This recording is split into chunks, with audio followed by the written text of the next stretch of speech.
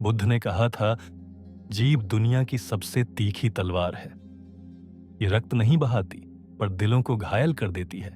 हमारे शब्द किसी के भीतर रोशनी भी जगा सकते हैं और उसी रोशनी को बुझा भी सकते हैं। एक मीठा वाक्य किसी की टूटी उम्मीद को जोड़ सकता है और एक कठोर शब्द किसी का पूरा जीवन बिखेर सकता है। यही कारण है कि बुद्ध ने अपने शिष्यों से कहा, शब्दों का प्रयोग ऐसे करो जैसे कोई सर्जन अपनी धारदार तलवार का करता है। लेकिन बुद्ध ने आगे जो कहा वही जीवन बदल देने वाला सत्य था।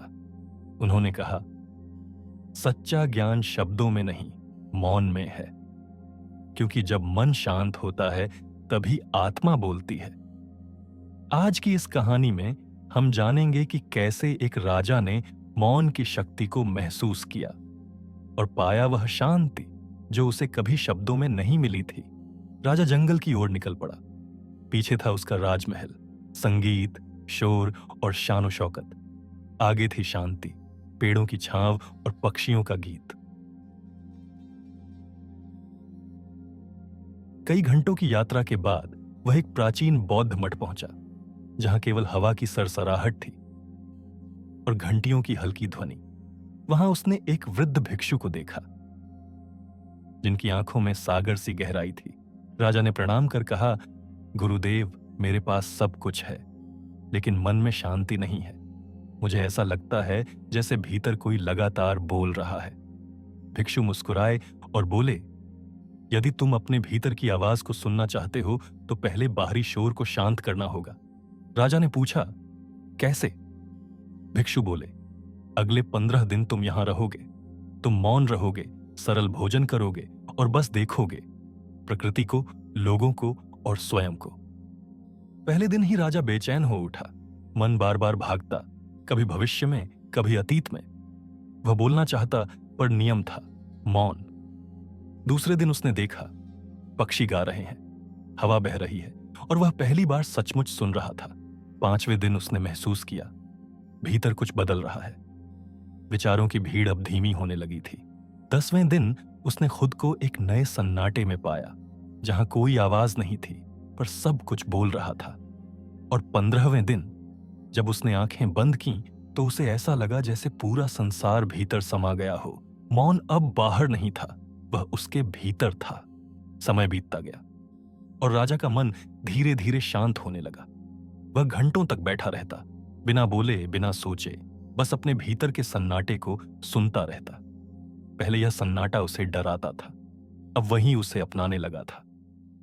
एक दिन जब वह प्रांगण में बैठा था तो अचानक उसने महसूस किया जैसे हवा भी शांत हो गई हो, जैसे पेड़ भी स्थिर हो गए हों और पूरा संसार किसी अदृश्य लय में ठहर गया हो। उसी क्षण उसके भीतर कुछ टूटा, जैसे कोई पुरानी दीवार गिर पड़ी हो। उसकी आंखों से आंसू बहे, पर वे दुख के नहीं थे, वे मुक्ति के आंसू थे। उसने समझा, मौन का अर्थ शब्दों की अनुपस्थिति नहीं, बल्कि विचारों की अनुपस्थिति है। उस दिन जब सूरज ढला, राजा के भीतर एक नया सूर्योदय हुआ। उसे अब कोई शोर नहीं चाहिए था, कोई उपाधि नहीं, कोई सम्मान नहीं। उसे बस वह शांति चाहिए थी जो उसने अपने भीतर पाई थी। और उस रात जब पूरा मठ गहरी नींद में था, राजा ने आकाश की ओर देखा। सितारे चमक रहे थे, जैसे वे कह रहे हों, यही मौन है, यही सत्य है। 15वें दिन की सुबह राजा ने मठ के आंगन में जाकर भिक्षु के चरण स्पर्श किए। उसकी आंखों में चमक थी, पर उस चमक में कोई शोर नहीं था। भिक्षु मुस्कुराए, तो बताओ राजा, तुम्हें मौन में क्या मिला? राजा ने कहा, गुरुदेव, मुझे समझ में आया कि मैं पहले बहुत बोलता था और मेरे शब्दों ने ही मेरे भीतर की शांति को तोड़ दिया था। हर दिन मैं दूसरों की बातें सुनता और अपने विचारों में उलझ जाता, पर जब मैंने बोलना छोड़ा तो पहली बार सुनना शुरू किया, अपने भीतर की आवाज को। भिक्षु ने कहा, यही तो मौन की शक्ति है। फिर धीरे बोले, मौन का अर्थ यह नहीं कि तुम बोलो ही नहीं। मौन का अर्थ है बोलने से पहले सोचना और जब आवश्यक ना हो तो शांति को बोलने देना। सच्चा मौन तब आता है जब तुम्हारा मन, वाणी और हृदय एक लय में हो। जब तुम मौन हो जाते हो तो भीतर का शोर मिट जाता है और वहां से उभरती है सच्ची प्रज्ञा, जो तुम्हें दूसरों से नहीं, खुद से जोड़ती है। राजा ने सिर झुका लिया। उसके भीतर जो सन्नाटा था वह अब डर नहीं बल्कि शांति बन चुका था। उस दिन उसने जाना, मौन किसी शब्द की अनुपस्थिति नहीं बल्कि आत्मा की उपस्थिति है। मौन कोई अभाव नहीं, यह सबसे बड़ी उपस्थिति है। जब शब्द थम जाते हैं तो आत्मा बोलने लगती है। इस दुनिया में जहां हर कोई कुछ न कुछ कहना चाहता है, वहीं वह व्यक्ति अमर हो जाता है जो सुनना जानता है, क्योंकि मौन में ही मनुष्य अपने सच्चे स्वरूप से मिलता है। दोस्तों, आज की दुनिया में जहां हर पल कोई न कोई कुछ कह रहा है, कभी जोर से, कभी सोशल मीडिया पर, कभी मन में, वहां मौन और भी मूल्यवान हो गया है।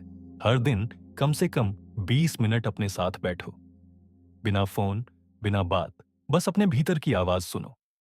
देखना, वो 20 मिनट तुम्हारे जीवन में कितना बदलाव लाएंगे। तुम्हें महसूस होगा कि सच्ची शांति किसी जगह में नहीं बल्कि तुम्हारे भीतर है। अगर इस कहानी ने तुम्हें प्रेरणा दी तो इसे अपने दोस्तों के साथ साझा करो। कमेंट में लिखो कि अगली बार कौन सी जैन कहानी सुनना चाहोगे। और याद रखो, हर बार जब तुम मौन में बैठते हो तब तुम अपने भीतर के सत्य से मिलते हो। धन्यवाद कि तुमने इस ज्ञान की यात्रा में हमारे साथ कदम बढ़ाया। हमारी अगली कहानी तक शांत रहो, जागरूक रहो और मुस्कुराते रहो।